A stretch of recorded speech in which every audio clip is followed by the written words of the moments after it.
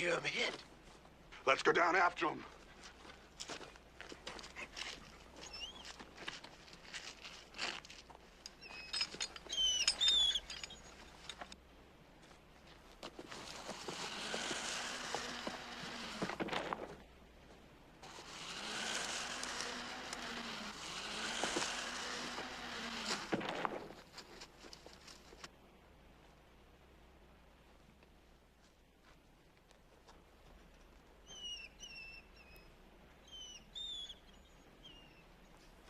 Jim!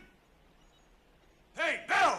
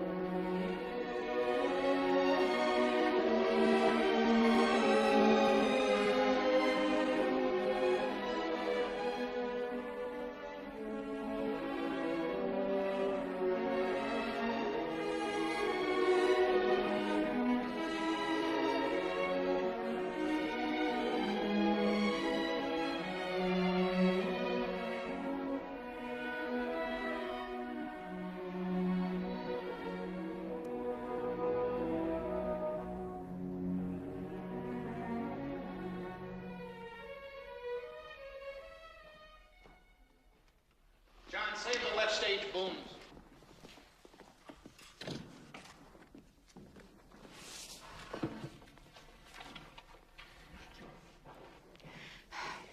I don't know why you don't just tell him. Because I know what he'll say. The world's in such a mess, it's unfair to Oh, bring a child crap. into it. That there are 3 million unwanted children. But the fact is, Maggie, you're pregnant. And it's your body and it's your choice. And if what you want to do in this world is make a beautiful baby, then nobody, including a cynical husband, has the right to stand in your way. He's not cynical. Obsessed. He's dedicated. Dedicated, obsessed, call it what you like. But if you get talked into an abortion you don't want, you'll never forgive yourself. Why don't you get it over with? Go home and tell him. I need to pick the right time. When we speak in a single voice, they will listen. We have heard that the Indian must fight to kill what is his. And the time has come again. We will fight to keep our borders.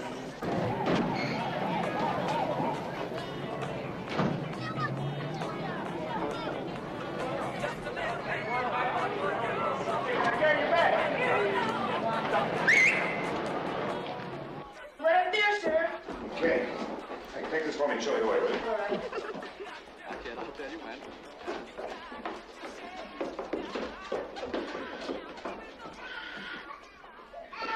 Okay, thanks. This way, please.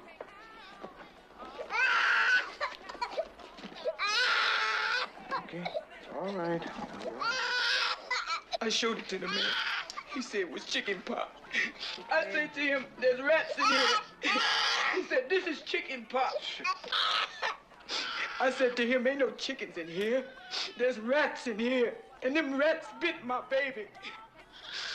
You know what he said to me? He said, the rats got to have room to live, too. Does he live in this building, your landlord? No, sir. He lives in Georgetown. He lives with the rich rats up there. I'm gonna have to put your baby in a hospital. And I'm gonna be in touch with your landlord.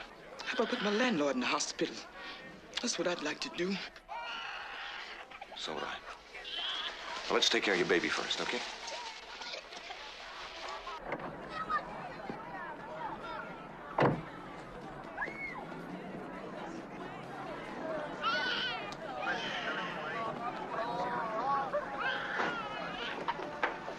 Rob? Vic, what are you doing here? Looking for you. Will you ride back with me? Yeah, take him to emergency.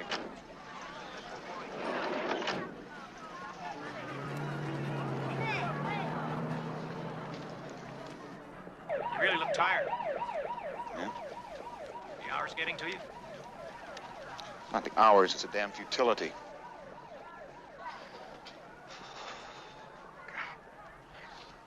You know, I'll write a report here. No one will read. I'll file a lawsuit against the landlord that'll be settled out of court. Send that baby to the hospital for a couple of days so he can come back here and be eaten by rats again. I feel like I'm banging my head up against a wall. I don't think anybody's listening. You want to know something? If I could have planned your side of this conversation, I couldn't have done it better. Remember that hearing I asked you to come to this morning? Sorry. It was the Bureau of Indian Affairs. They're listening to the complaints of a couple of tribes from Maine. They're about to get squeezed the way the people in these tenements are. Like these people are? Are you crazy, Vic? I saw the demonstrators All this morning. right. Listen to me. This paper company, the Pitney Mills Paper Company, bought the timber rights to 100,000 acres of forest in Maine. The Indians claim the land is theirs. And they blockaded access to the forest, keeping the lumberjacks out. The Supreme Court's filed a restraining order against the blockade. Everybody's ready to kill each other. And the whole thing is holding for an environmental protection report. What does the Environmental Protection Agency have to do with a land dispute? Nobody wants to rule on the legalities of who owns the land. So they're trying to break the deadlock on environmental grounds. If we file a negative report, then the lumber company won't have much reason to proceed. If we file a positive report, the Indians will probably have to give way. Another political football. If you're looking for a job that's got permanent impact, this is the one. I mean, you're going to set a precedent that'll be very hard to break. Rick, it's not my game. I'm strictly a rat-biting gas leak man. I can teach you what you need to know. I can give you the books to take up with you. I'm in public health. I'm a doctor. And you know how to deal with human beings. The Indians are angry, and so's the lumber company. If we don't get full cooperation from both of them, we're going to have a lot of trouble getting enough information for a thorough report. I got all the tree experts I need. I need someone who can deal with people. Come on, it's 2 weeks of your time. Take Maggie along. It'll be good for both of you to get away.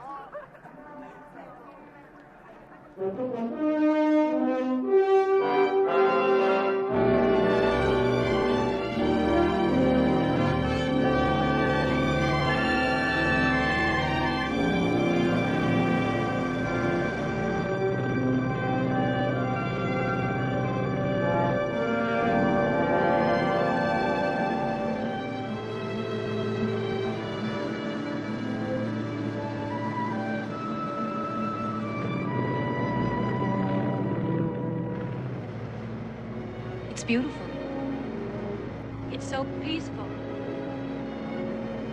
I'd forgotten the world could look like this. Maybe that's one of our problems. We can't see the forest for the trees. It's a joke.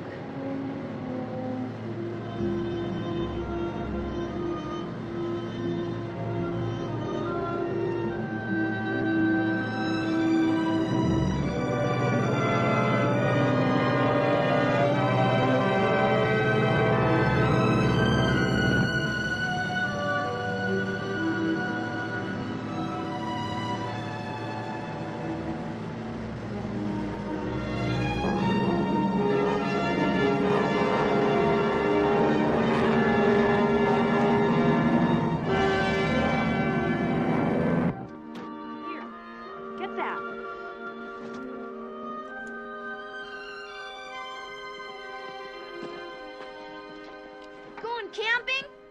Well, not exactly. We're gonna be in a cabin. We're gonna be outside, by a river. Hey, great. And it's gonna take 3 days to walk down there. Sounds hard. Yeah, but that's the fun. What is that? Look!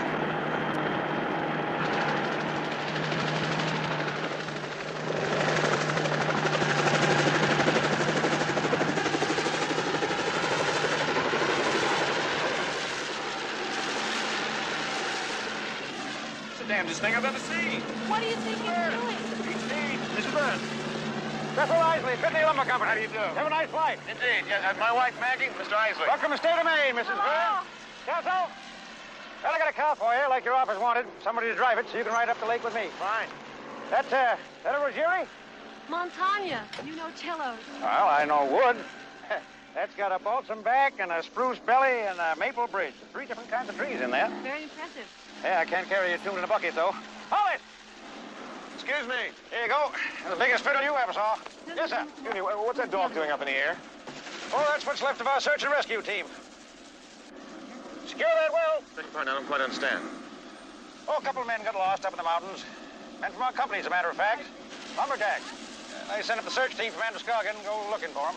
A couple of days later, one of the search dogs shows up at a ranger station. No sign of the people who brought her in there. What do you suppose happened to them? Well, I guess they got lost, too. Rescue team, is that possible? Look, I'll be truthful with you. This particular forest isn't too safe right now. Why is that? Excuse me, Rob, if you'd like to buy your bag.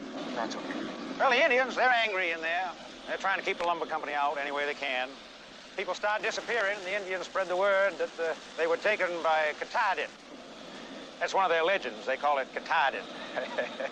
Yeah, it's sort of a Bigfoot, I guess. Only it's uglier. Yeah, it's larger than a dragon and got the eyes of a cat. Yeah, they've thrown in everything but the kitchen sink.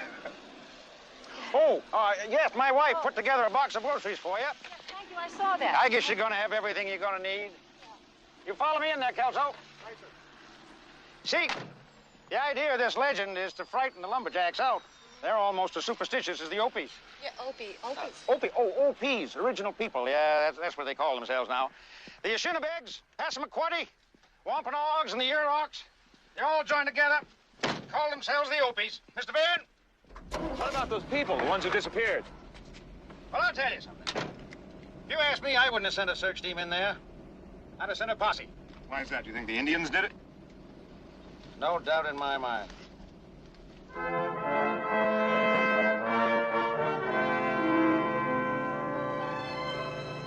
There's a general store, post office, and laundromat, Mrs. Byrne. Leave your money in that bank there if you want it. You know, all this stuff about the paper companies ruining the forest, that's pure myth. We've been running a pulp operation in the upper SB here for 20 years now. We plant seedlings every time we harvest. That land is more stable today than it was when God himself made it. Well, to give him his due, he didn't have modern science to help him. He didn't have hydroponics and silviculture techniques. I'd say he did pretty well under the circumstances. What with his limited education? Yeah.